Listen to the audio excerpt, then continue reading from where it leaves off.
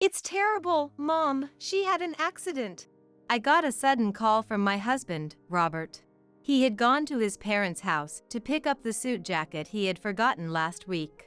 It was then that his mother, Susan, had an accident and passed away. What? An accident? What happened? She fell from the second floor. What? Why? She was trying to get some laundry that was stuck on the roof and slipped, falling off the balcony. Did you see it happen? Yeah, I rushed to help, but I couldn't make it in time. She fell headfirst and died instantly. There were all sorts of noises mixed into his voice over the phone. It sounded like the scene was chaotic. An ambulance and the police must have been called to handle the situation. Based on the condition of the scene and Robert's testimony, it was concluded that Susan died in an accident. At the time, it was handled as an accidental death. Susan, I can't believe this. I couldn't hide my shock at such a sudden accident. Susan was so happy when Robert got married and gained a daughter-in-law. She treated me like her own daughter and adored her granddaughter, Lisa. She was up to date with the latest trends and was always friendly, chatting with Lisa and me. Even at 73, she skillfully used her mobile phone. We frequently communicated on WhatsApp. She would always consult me if she needed anything. Why? Just when I thought I had lost my real mom to cancer, now Susan too. It's too soon. We got along so well, and I thought of her as another mom I wanted to cherish. All the feelings I had collapsed in an instant. I was incredibly sad, but there was no time to cry. As I had to help with the funeral arrangements, I pulled myself together and managed to complete the preparations, and Susan's funeral went off without a hitch. Hey, Nancy, I've been looking for Mom's mobile phone since the funeral arrangements, but I can't find it anywhere. Do you know where it might be? You're kidding! Susan's mobile phone is missing? Yeah, no matter where I look, I can't find it. When I call it, it does ring, but we can't hear it anywhere in the house or the yard. It must have been lost somewhere. When he told me this while sorting through Susan's belongings, I felt a bit uneasy. I had been communicating with Susan on WhatsApp until the day before her accident. That means Susan had her mobile phone with her until then. So, I could only think that her mobile phone hadn't been lost but stolen. No way! I was in touch with her on WhatsApp until the day before. It doesn't seem like it was lost. It feels more like it was stolen. This is a problem. We won't be able to cancel Mom's mobile phone plan. He seemed flustered as he said this, but I felt his agitation was about more than just canceling the phone plan. Was it the rush of organizing belongings, or was there another reason? I couldn't tell, but soon I understood why. I received a text from Susan's missing mobile phone. Normally, we communicated via WhatsApp, so the fact that it was a text made me think that it was someone else. Moreover, the subject line said, "Make sure Robert doesn't notice you reading this." I lied to Robert, saying I needed to use the restroom, and checked the text's contents while inside. Is this text really from Susan? At first, I doubted it, but it seemed to be genuinely from Susan. I was speechless as I read the message and then shocked when I saw the attached photos and video. They showed Robert's outrageous behavior, revealing that her accidental death was actually a murder. Robert was arrested that very day. My name is Nancy. I'm 38 years old and have a 5-year-old daughter. I have some savings, but I love spending money on my hobbies, such as photography and travel, so I work part-time while managing household chores. I met Robert at a singing bar when I was invited by a friend, and we hit it off. We started dating and got married 3 years later. Robert works as a company employee. He has always been good with money management, having saved a considerable amount even when he lived alone. His frugality seemed to be inherited from his mom, as he was diligent with money. However, he also enjoyed gambling and often indulged in it on weekends. While he sometimes squandered money, he knew he couldn't live without a certain amount of savings and never touched his savings. I think it's amazing how Robert can manage his money so well despite gambling. With a child on the way, it's reassuring to know he's responsible. I hate the idea of struggling financially. That's why I make sure to manage things properly. Robert spent his weekends gambling while working during the week. I, too, liked spending money on my hobbies, so I saved diligently. Our shared attitude toward money made our married life feel relatively comfortable. Hey, it's Saturday tomorrow. Can I go gambling? He often gambled on weekends, but always spent quality time with the family, so at the time, is he going to manage his part as a dad? I thought. However, I was shocked when a friend casually mentioned the real source of the money Robert used for gambling. By the way, Robert borrowed $200 from me about a month ago. Can you ask him when he'll pay it back? What? He borrowed $200? What do you mean?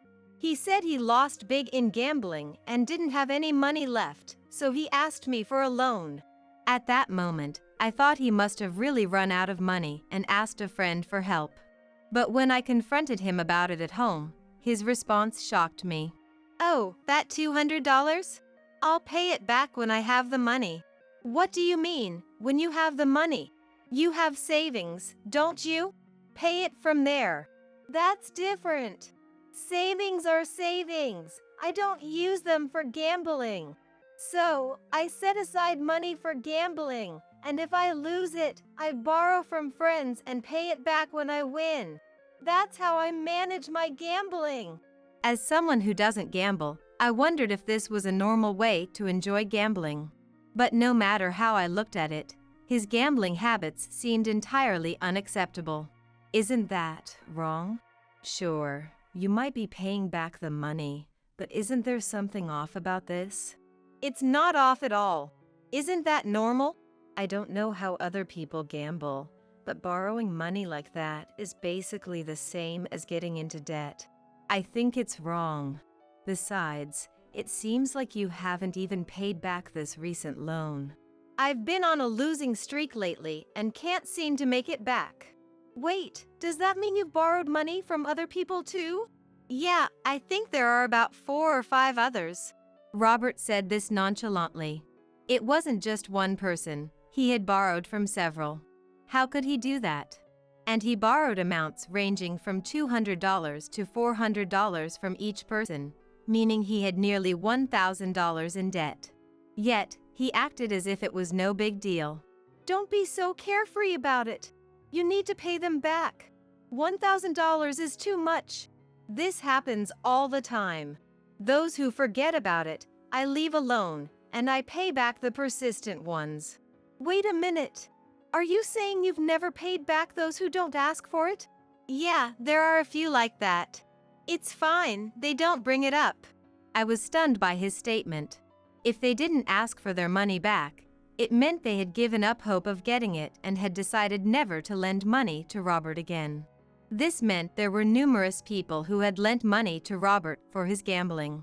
How many people have you borrowed from? And how many have you paid back? Let's see. Since I started getting into gambling, maybe about 30 people. I've paid back around a third of them. Incredible. Do you remember how much you borrowed each time? Usually around $200. That's enough to potentially win it back. Even so, you've only paid back a third. You haven't even returned half. I pay back when I can. Those who don't get their money back usually just stop contacting me. It doesn't make sense, right? At this point, I might have married the wrong person. I began to think. I never imagined he was engaging in such sly financial dealings to enjoy gambling. He kept his savings intact to avoid financial hardship. But he borrowed money from others to fuel his hobby. What was enjoyable about that? I couldn't understand. If someone asks to borrow money, normally you wouldn't lend it. If I did, I'd assume I'd never see it again. It's normal to pay back borrowed money. That's why people stop contacting you. If you have savings, you should pay them back immediately. It makes me feel so uneasy. Nancy, it's not something you need to worry about. I'll handle it myself. You don't need to get involved. Robert and I had such different attitudes towards spending money on hobbies that I increasingly felt dissatisfied. He claimed he would handle his own problems, but his demeanor made me doubt it. It seemed more like he wanted to avoid dealing with it and hoped it would just go away. Please, make sure you do. At that moment, I decided to trust Robert's words, but he broke that promise, leading to a major incident. Robert continued to gamble and never reported paying back his friends. He remained calm and enjoyed his gambling habit. "Hey, I won big today. Look, I got your favorite cheesecake, Nancy." When he won, he would often buy me cheesecake or gifts for Lisa, our daughter. If you looked only at these gestures, you might think he was a good dad. However, now that I knew where the gambling money came from, I couldn't genuinely appreciate these gifts. "Hey, we've talked about this before, but are you really sure everything is okay? I'm glad you got me cheesecake, but it doesn't taste as good lately." "Don't worry. Everything's fine." He spoke with confidence, but where did that confidence come from? The more we talked, the more uneasy I felt, and I started to distrust his words and actions. A few days later, we visited my in-laws. The topic of Robert's gambling came up, and Susan, my mother-in-law, shared her concerns. "I hate the way Robert spends money on gambling," she said. He had been borrowing money from Susan too. "He saves money for living expenses, but he's so careless with his spending on his hobbies. My late husband used to scold him often. After my husband passed away, Robert started asking me for money." "Wait, Robert's been borrowing money from you too, Susan? Has he paid you back?" "Instead of paying me back, he brings me gifts when he visits. He asks if that's okay, and I've agreed to it. He always brought something when visiting his family. I thought he was just keeping a promise, but I didn't know about this financial arrangement behind my back." "Really? Robert mentioned his financial situation to me, but I had no idea he was borrowing from you too. Never lend or borrow money, even with family. My dad taught me, so I couldn't accept Robert's behavior." "Hey, I talked to Susan. Are you borrowing money from her too? I know you promised to bring gifts, but I don't want you borrowing money from family. Please stop." "What's with the sudden outburst? He never lent me money because he said family shouldn't do that, and now that he's gone, it's not a problem." "It is a problem. Don't you understand? I don't like it when you borrow from friends either, but I tolerated it. But borrowing from Susan is even worse. Stop it. If you want to gamble, use your own money. You have enough savings, don't you?" "But savings are different. I can't use that money." Robert's mindset was stubborn. He firmly believed that his way of gambling was the best and was unwilling to change his opinion. Because of this attitude, the amount of money Robert had borrowed had ballooned to an irreparable level, leading to a tragic incident. "It's terrible. Mom, she's had an accident." When I received that call from Robert, I was confused. Just 2 days before, I had been talking to Susan at her house. We had continued chatting on WhatsApp, and she had said, "Bring Lisa over again soon." Just a few days later, I was hearing this shocking news. The reality of Susan's death felt surreal and confusing to me. However, when I stepped into the empty house after the funeral, the realization of Susan's passing hit me hard, and I couldn't hold back my tears. "Nancy, I've been looking for it since the funeral preparations, but I can't find Mom's mobile phone. Do you know where it is?" After the funeral, while I was organizing the in-laws' house, Robert said the same thing to me. We searched for Susan's mobile phone together, but couldn't find it. If we didn't find it soon, we wouldn't be able to cancel Susan's mobile phone contract, which was causing some trouble. Then, I received a text from Susan on my mobile phone, suggesting that someone might have the mobile phone. I was about to tell Robert, but as soon as I saw the subject line, I closed my mouth and said, "I'm going to the bathroom," and walked away from the scene. The subject of the text said, Make sure Robert doesn't see this. The message started with, "If you receive this text after I have died, it's likely that Robert is responsible. Please report it." The content was shocking. My late husband had no interest in money, hobbies, or spending on himself. Even when I gave him an allowance, he neither smoked nor drank, and he kept that money in his personal safe. Before he passed away, he decided to secretly leave that money to me, fearing Robert might use it for gambling if he found it. We kept it a secret. However, while Robert and I were sorting through his belongings, he noticed the safe. Somehow, he figured out the PIN and started secretly taking money from the safe during his visits. I caught him in the act and recorded it with my phone as evidence, but he found out. We had a huge fight, and he even threatened, "If you don't erase that evidence, I'll kill you." I felt genuinely threatened. So, in case something happened, I left this phone with our neighbor Karen. If I die, Karen might contact you. I've left this text and the unerased evidence images to report Robert. The text contained such a message along with several photos of Robert trying to take money from the safe.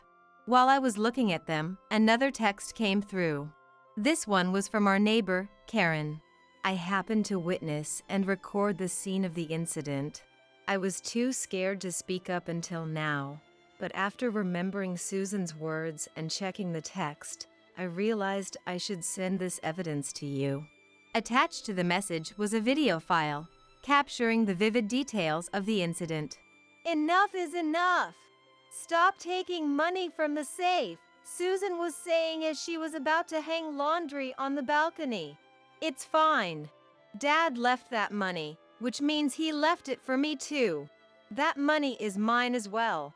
Robert responded self-righteously. Disgusted by Robert's selfish attitude, Susan couldn't hold back her anger and grabbed him. However, Robert easily pushed her away, pinning her against the balcony railing. "You've got some nerve putting your hands on me. Should I kill you as I said?" Robert's expression changed, looking down at Susan menacingly. His words seemed genuine, and realizing the danger she was in, Susan screamed for help. "No, please help me. Someone, please help." "In this rural area, no one's coming to help," Robert sneered. "Stop, please stop." Susan pleaded desperately, but her resistance was in vain as Robert pushed her off the balcony. The entire incident was recorded on the video. Watching it, I was in shock. Robert had killed Mom for the money in the safe. Knowing this, I felt a chill down my spine, realizing the smiling face Robert showed had the potential of a killer behind it. Was he really like this? I thought. I realized that staying with Robert could endanger my own life. I decided to take this evidence to the police and have Robert arrested. Leaving the bathroom, I said, "I'm just going to the supermarket to get something to drink," and drove off.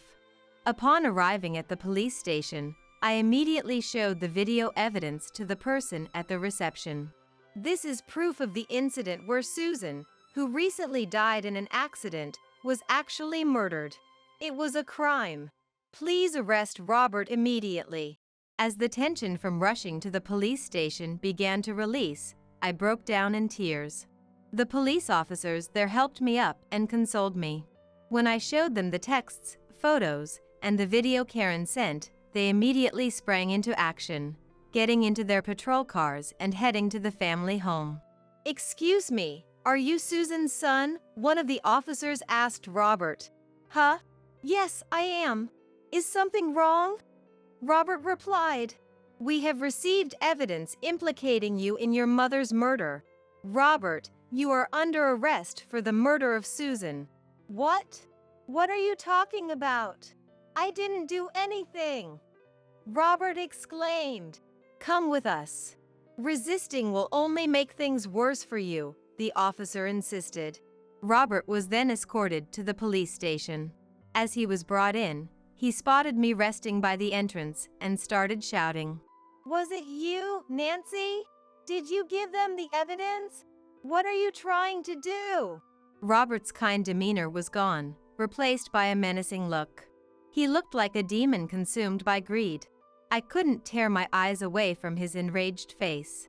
"I thought this plan would go smoothly, but you ruined my life, Nancy!" he screamed as he was led into the interrogation room. "Are you Robert's wife?" an officer asked me. "Yes, I am," I replied. "We're about to show the text and video evidence you submitted during the interrogation. Would you like to observe?" "Is it okay for me to do that?" I asked, concerned. "You can watch from a separate room. Your safety will be ensured," the officer assured me. I was led to a room adjacent to the interrogation room. Inside, Robert, now in handcuffs, glared at the officers, looking ready to pounce. "Stop it! We're going to conduct this interrogation. We have solid evidence against you.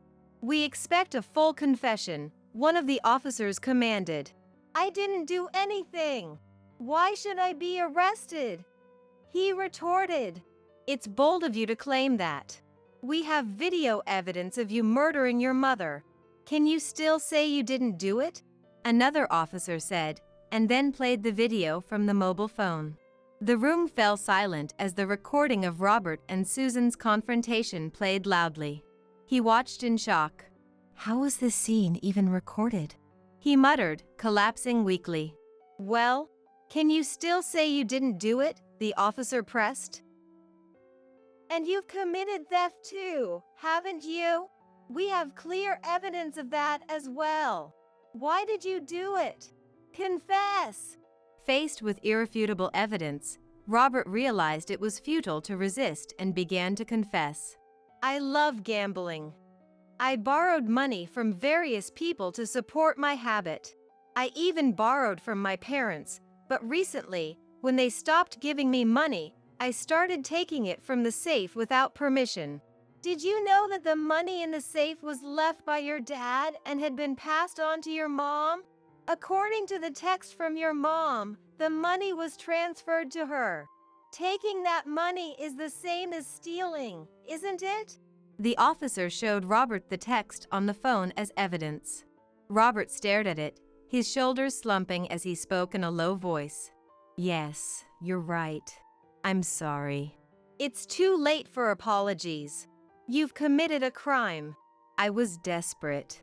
The friends I borrowed money from lost patience with me for not repaying, and they involved a mafia office they knew to try to collect the money from me." "That's your own fault. So, you decided to kill your mom?" "It was an accident.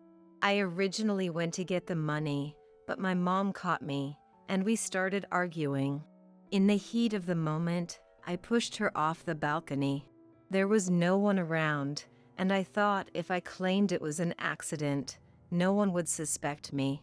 I believed I could use the money my mom had to repay the debt collectors."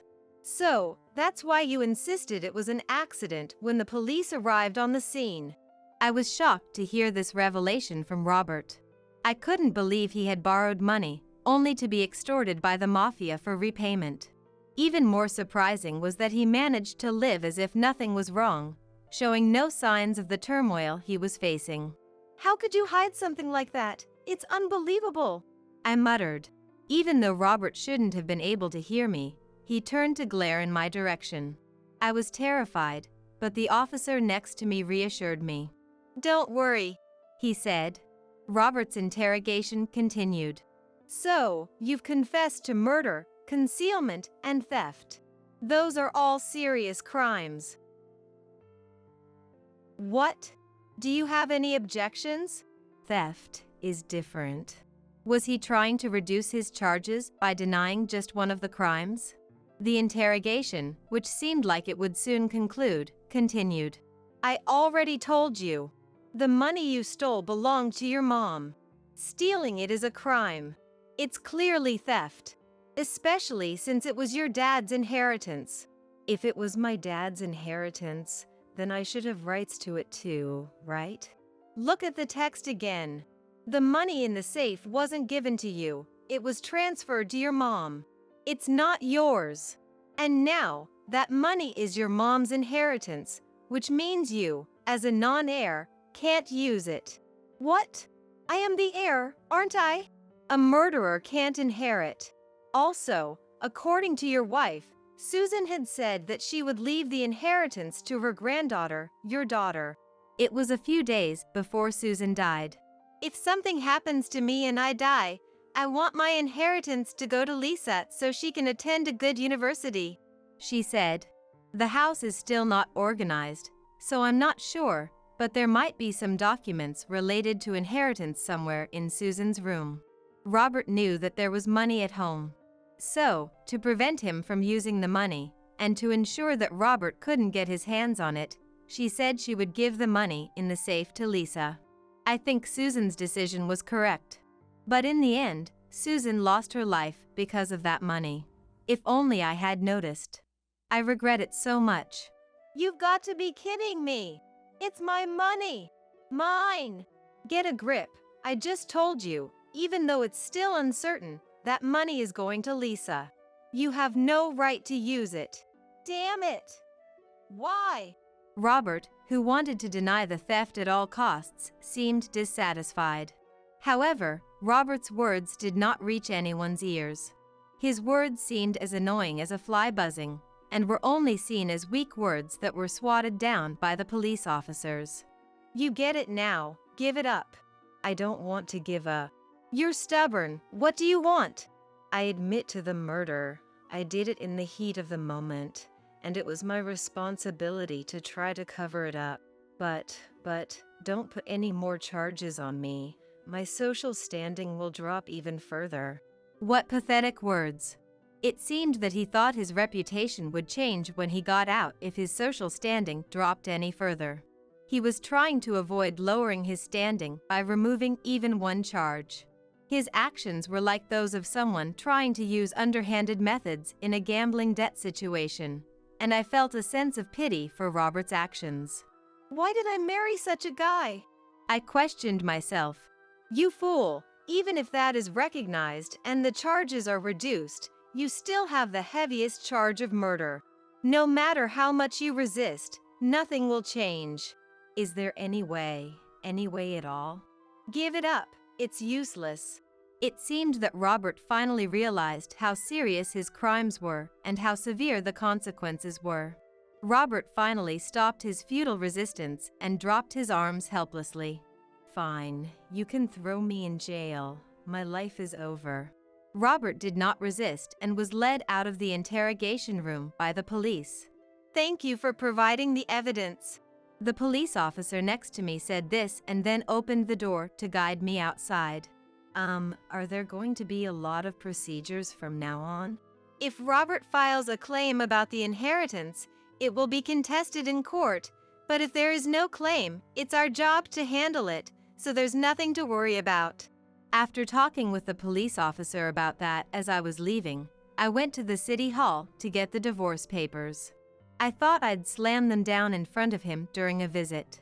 Then, sometime after Robert was arrested, I was given time to visit, and I handed Robert the divorce papers in the visiting room.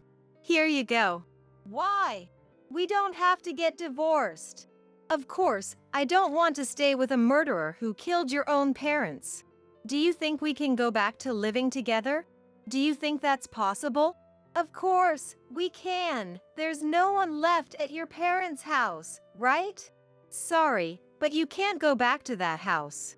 Besides the money, I inherited the house and land from Susan. When I was organizing the house, I found the inheritance papers. They clearly state in Susan's handwriting that the money goes to Lisa, and the house and land go to me. Robert was stunned by my words. He realized that he would have no home to return to after being released. Hey, you've got to be joking. Let me into that house. I've lost my job and have nowhere to live. You can't just leave me like this, please. No way. I'm sorry, but I'll handle that house. With those words, I managed to get Robert, who was stubbornly refusing to sign the divorce papers, to finally sign them, and I left the prison. After that, I suggested to Dad, who was living alone in his old house, to move into the house I inherited from Susan. Dad's legs had weakened since Mom passed away, and he was barely able to manage his daily life. The old house had deteriorated significantly, making it dangerous for Dad with his weakened legs. The new house, which was closer to the apartment where he currently lived, would allow me to take care of him more easily. Hey, wouldn't it be better if we lived together? I have a hard time managing on my own, and I'd be happy to have someone with me if possible. Dad's suggestion made me realize something. That's right, Dad was already 82 and quite old. I used to leave Lisa with him if something happened, but even that was becoming difficult. It might be better if we lived together. You're right. I'm sorry, Dad. Let's live together. The old house is falling apart. Let's tear it down and start anew in the other house. With renewed feelings, we canceled the lease on the apartment, remodeled the in-laws' house to make it barrier-free for Dad, and moved in. During the move, Karen from next door came over and said, "Hi, is it Nancy? I have Susan's mobile phone. I've been meaning to return it but never got the chance. Also, I'm sorry I couldn't say anything at that time because I was scared. If only I had provided the evidence sooner." She returned Susan's mobile phone, and every time she spoke, she cried and kept saying, I'm sorry. She said she was too scared to do anything when Robert committed the crime. But I couldn't blame her. I would have been just as scared and unable to act in her situation. After finishing the moving tasks, I invited Karen over, and we reminisced about Susan. Susan was really kind and did so much for me. I was so grateful. That's right. Susan was kind and friendly to everyone. She was loved by all the neighbors. I heard many stories about Susan from Karen. Sometime later, I had the chance to look through Susan's mobile phone before canceling the contract. Among the list of texts, there was one that stood out. So I opened it. Inside, it read, "A few days after my husband passed away, I felt a huge hole in my heart. Still, when Nancy and Lisa are around, I feel at peace, and it helps me forget the hardships. I wish they would come live with me. I wish Nancy could be my real daughter, but that probably won't happen. Thank you for marrying Robert." There was no more text after that. However, the deep meaning within those words was clear.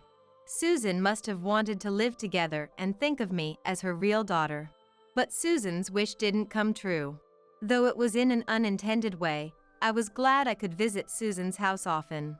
Still, something was bothering me. Robert was arrested over a money dispute, and he ended up killing Mom. When Susan wrote this text, she probably never imagined such a thing could happen. Thank you for marrying Robert. These words stuck with me. But it was an undeniable reality, and I had to accept it. I closed the text app and put down the mobile phone. This phone will be a keepsake. Thank you for the nice home, Susan. I expressed my gratitude. I should kneel by her grave and pray. With that thought, I placed Susan's mobile phone in my father-in-law Thomas's safe. I'll keep it safe, with heartfelt sentiments. I don't know what happened to Robert after his release. Whether he's homeless or somehow found a job, I have no idea. As for me, I am living while taking care of Dad. I'm still working part-time, but Karen also helps with Dad's care, which is a great help. Though life goes on, I feel happier than before. I'm actively looking for a new partner, but for now, I'm enjoying this life to the fullest. Nancy, we have a celebration for your discharge. A celebration? You'll see when we get home. 6 months ago, I fell ill and had to be hospitalized. It was a tough time with multiple surgeries, but finally, today, I was able to be discharged. My husband, Sam, came to pick me up in the car, and on the way home, he mentioned that he had a surprise for me. Hearing that, I felt a surge of excitement and anticipation. When we arrived home, I couldn't believe what I saw. What? What is this? What's going on? I couldn't help but shout in surprise. Our home had been expanded, and I hadn't been told anything about it. While I was in shock, Sam spoke with a cheerful smile. Nancy, I know you can't do housework right now, but Maria said she'd move in to help us, so you don't need to worry. What? How did this happen? My name is Nancy, 42 years old. In my late 30s, I attended a party. I thought I might never get married. That was until. Please go out with me on the premise of marriage. Are you sure about me? I'd be delighted. I met Sam at that party. We hit it off immediately, started dating, and eventually got married. I hope we can build a happy family together. It would be nice to have kids. Yeah, but even if we don't have kids, I'll be happy as long as we're together.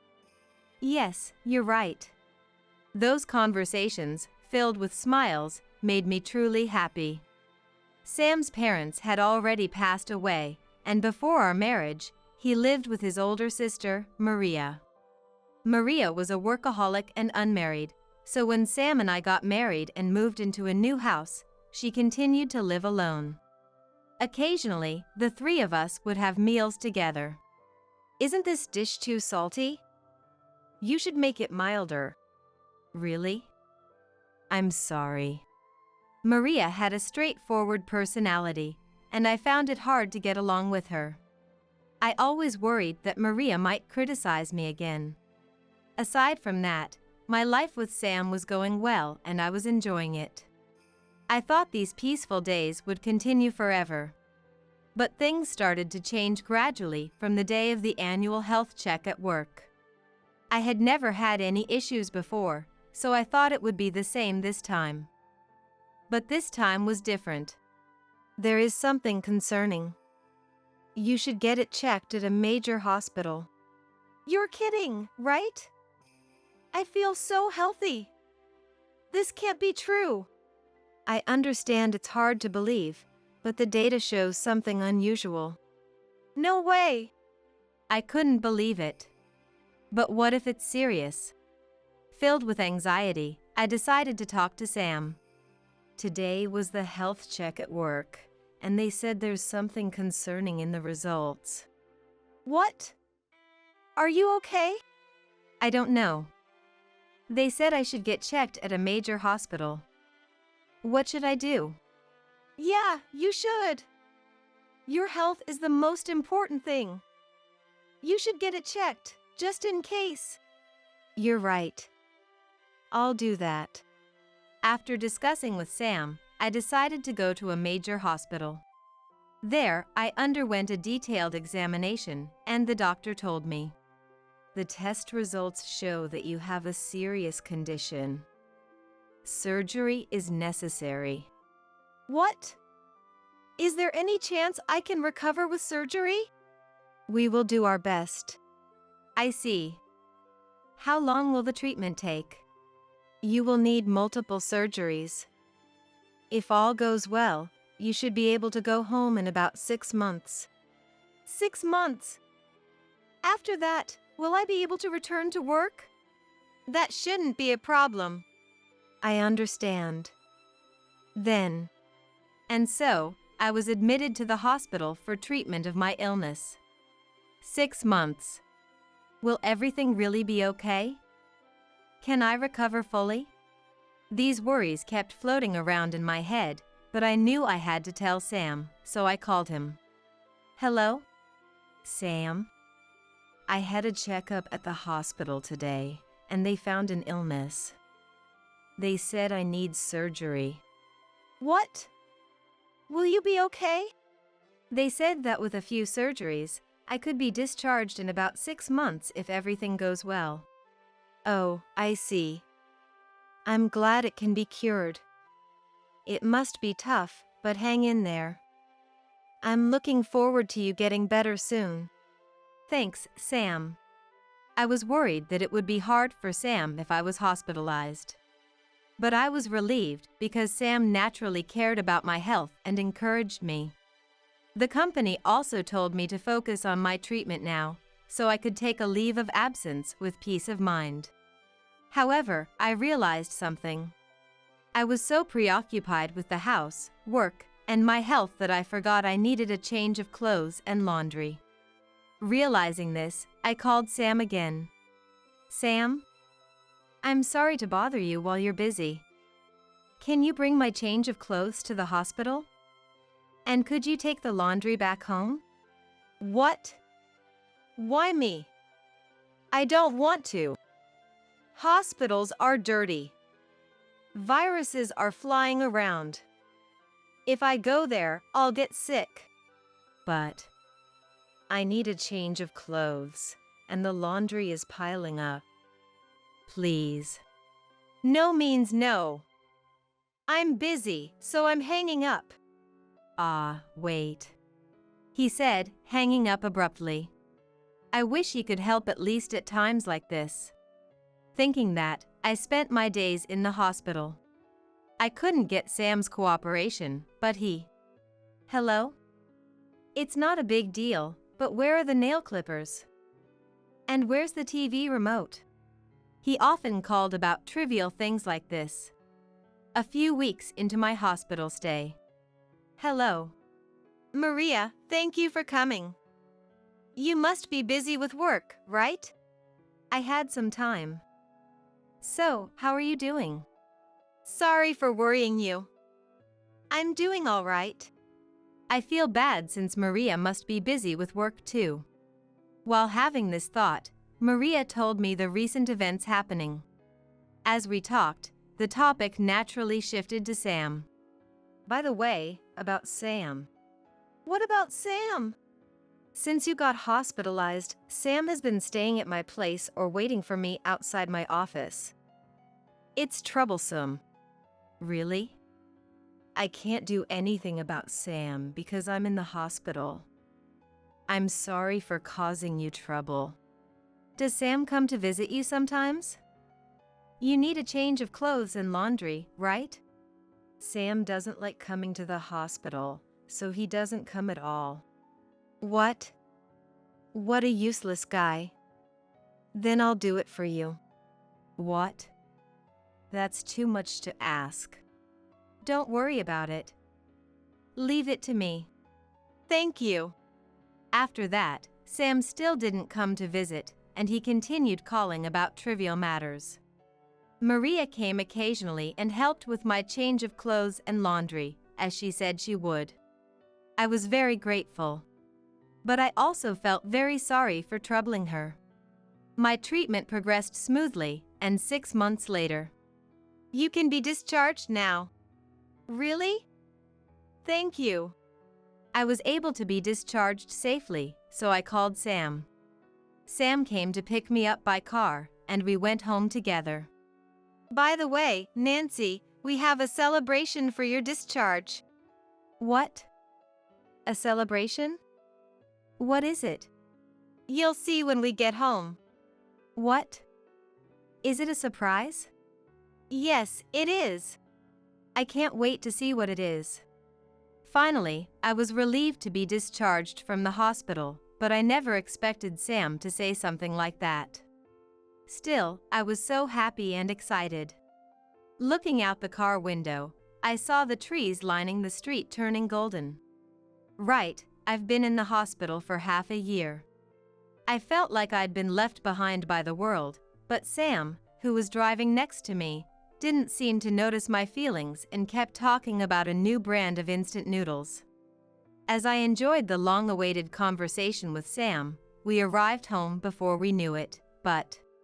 What? What is this? What's going on? The moment we arrived home, I couldn't help but shout in surprise. As I stood there in shock, Sam smiled and spoke up. How is it? It's nicely extended, right? And since you can't do housework right now, Maria said she'd move in to help, so don't worry. What? What do you mean? You've just recovered, and it wouldn't be good if you pushed yourself and got sick again, right? I thought having someone around to help with chores would make your life easier and more comfortable. I appreciate the thought. I do, but this is different. It's okay. Maria must be lonely living by herself every day, too. I made this decision with both of you in mind. What? How could you make such an important decision on your own? You should have told me. Why? It's fine, isn't it? Anyway, let's go inside. Come on, hurry. Wait, Sam, don't pull me. Still not convinced, I was pulled into the house by Sam. The sight that greeted me inside left me speechless. Despite the recent renovation, the house was filled with trash, with no place to step. I was stunned, but Sam calmly spoke. It's a mess now, but Nancy, you should just rest. Maria will come to clean tomorrow. Sam said this, but there was no way I could accept it. Sam, why do you do such things without asking? What? The renovation, living with Maria. You can't make such important decisions without discussing them. Why not? It's fine. No, it's not. Does Maria know about this? Yeah, she knows. What are these two thinking? I need to contact Maria. I'm going to call Maria right now. You don't have to do that. Sam, be quiet. I angrily contacted Maria. Hello? Nancy, what's wrong? It's not what's wrong. You and Sam decided on living together without consulting me. That's terrible. What? Who's moving in? It can only be you, Maria. What? I don't know anything about that. But Sam said we'd renovate the house and you'd move in. I need to hear about this. Can you come over? Okay. Maria hung up and agreed to come over. Several minutes later, Maria arrived at my house. Sorry to keep you waiting. So, what's this about me moving in? Sam said I couldn't do housework, so he renovated the house and decided you'd move in. Wait a minute. I really don't know anything about moving in. What? I was angry and told Maria the situation, but something seemed off. From Maria's reaction, it really looked like this was the first she'd heard of it. Maria, you didn't know about the renovation or moving in? No, I didn't. Sam, explain what's going on. I want to know, too. Sam, what's going on? The story didn't add up and seemed strange.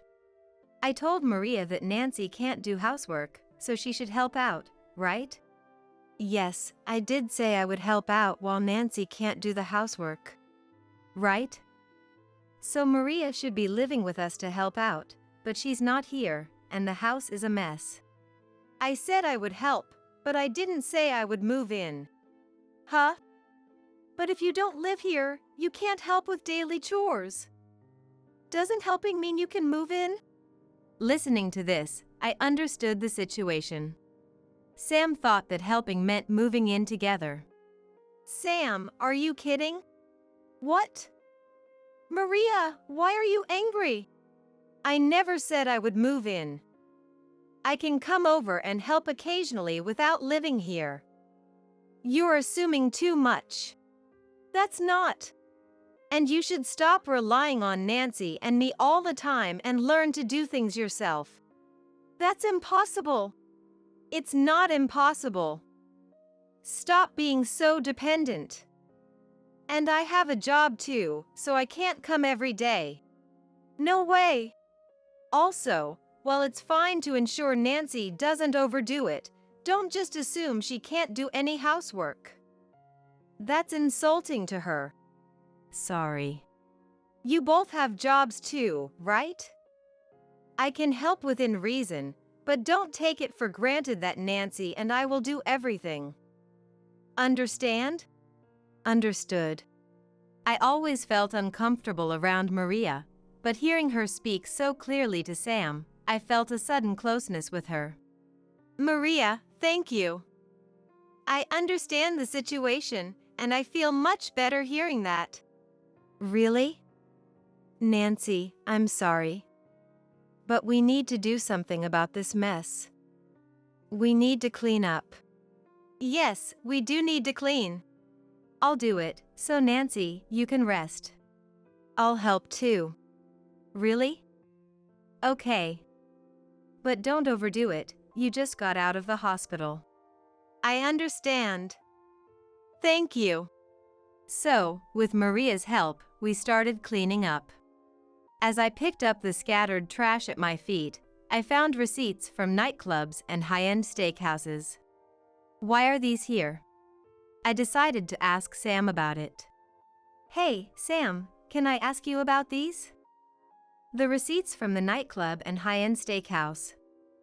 What's going on? Oh, those. I went to the nightclub with my colleagues from work and ate steak with the staff. What? Are you serious?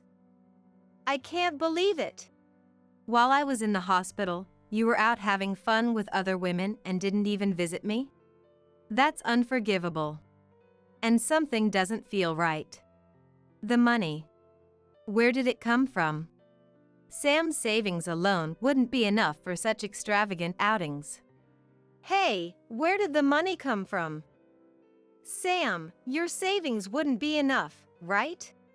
I took it out from Nancy's savings. What? And I sold some jewelry and bags to get money. I can't believe he sold my things while I was gone. Even as I stood there stunned, Sam continued talking without noticing my reaction. Nancy had quite a few accessories and bags she wasn't using. Selling them made quite a bit of money. What? Are you kidding me? What? Why are you angry? Feeling uneasy, I checked the places where I usually kept my accessories and bags. How much did you sell? Not just my accessories and bags, but even my parents' and grandparents' heirlooms are gone. I sold all of that too. No way. I sold a lot of things, but Nancy's personal belongings weren't worth as much as our grandparents' keepsakes. Luckily, those sold for a good price. How could he be so insensitive, selling other people's things without guilt and calling it lucky? What kind of person thinks like this? As I was lost in disbelief, Maria, who had been watching the scene, spoke up. Sam, you really need to stop this nonsense. Huh? Maria, why are you angry? It's not just Maria who's angry. Nancy too? What's going on with you too? Even though Maria and I were furious with Sam, he seemed clueless about why we were upset. It was truly exasperating.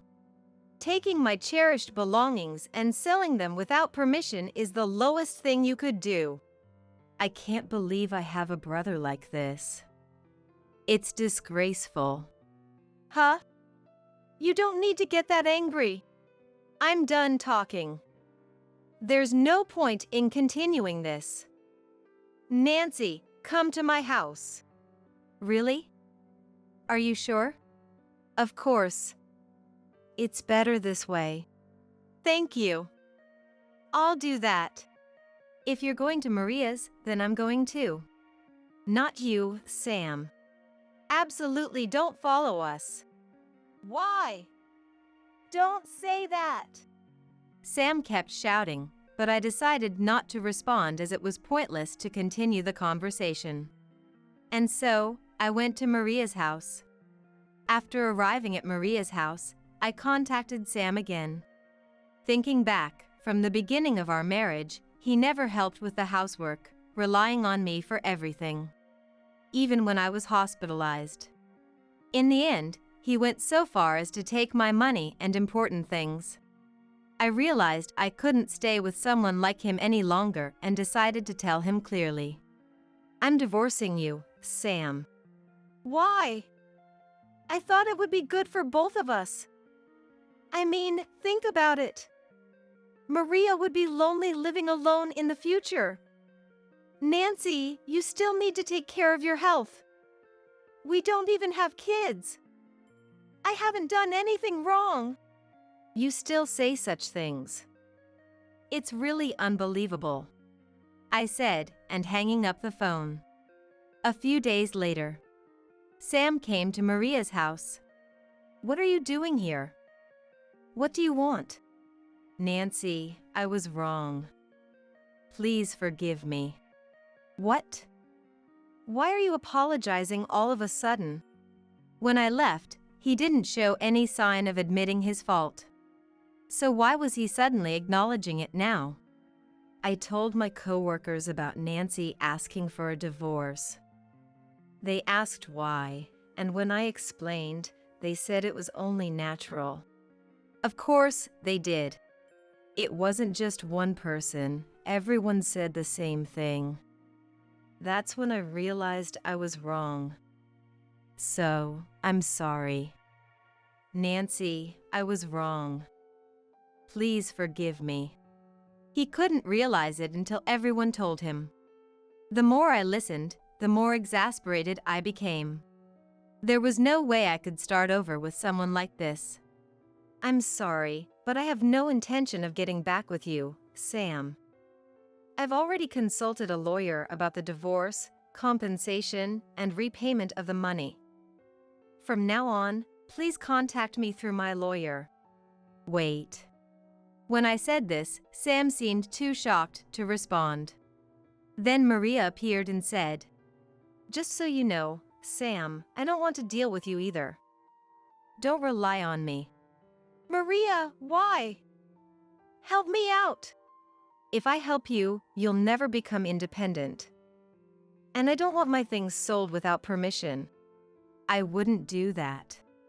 How can I believe that? You've been taking advantage of the family. Just leave, Maria said, closing the door, shutting Sam out. With the help of my lawyer, the divorce was finalized without issue. The items Sam sold and the money he used were returned or repaid. After the divorce, Sam's reasons became known, and his co-workers started distancing themselves from him. Still unable to do housework, Sam's place became a mess. And it was rumored among neighbors as a garbage-filled house. Maria and I still kept in touch. And one day, she had some happy news to share. Actually, there's someone at work I get along with very well. We're planning to get married. I'm going to sell my house and move to his hometown. Really? That's surprising, but congratulations. Thank you. Nancy, take care of yourself and stay well. A few days later, Maria moved as planned. I also resumed work and requested a transfer. I wanted a fresh start too. Now, I'm enjoying living alone freely. Being betrayed by Sam was truly heartbreaking. But dwelling on the past won't change anything. Maria has found happiness and started a new life. I need to follow her example. I will definitely find happiness too. I vowed to myself. And I took a new step forward. Determined to face the future.